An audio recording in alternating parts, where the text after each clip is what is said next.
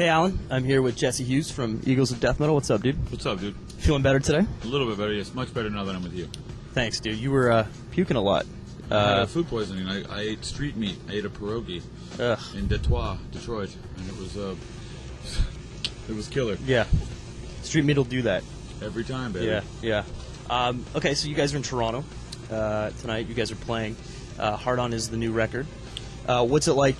The third record. Do you approach the third record differently? I mean, now that you guys have sort of established that you are a band. Just getting to make a third record is lucky in this day and age. You know what I mean? But well, this album we wanted to grow up a little bit. You know, if you're in a band, it's like saying follow me to where the music is. But if you're gonna ask people to follow you, you better take them somewhere. And also, I didn't want to suck as bad as I did on the first two albums, so I wanted to get better. Where do you want to take people on this record? To the land of whimsy. It's I love the single. Oh, thanks, dude. You're from LA? I'm from Greenville, South Carolina, but I kind of had a weird romantic interlude with LA. I guess is the best way. I'm a night rider, meaning I like to go out after midnight, and that's when the streets of LA clear and there's really no one at all. It becomes a ghost town, and you get to see the city in a different light, literally, but in a lot of different ways. So I sort of fell in love with that LA, the nighttime LA, the LA without people.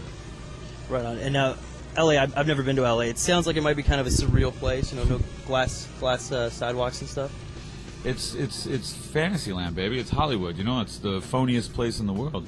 Now, you were saying, before the interview started, you were just telling me a couple celebrities you've met in LA. I guess that happens a lot. Anybody crazy that you were maybe starstruck to meet? Oh yeah, Paul McCartney. Yeah. I mean, I'm a fan first.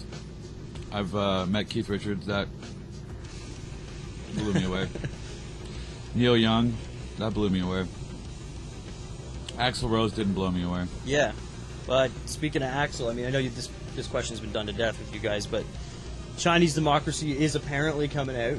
Any plans to open for Guns N' Roses? No. So why is that? For anybody that hasn't heard the story, he hired us to open his show, and then he fired me the very first night we opened for him. And he called us the Pigeons of Shit Metal when he did it.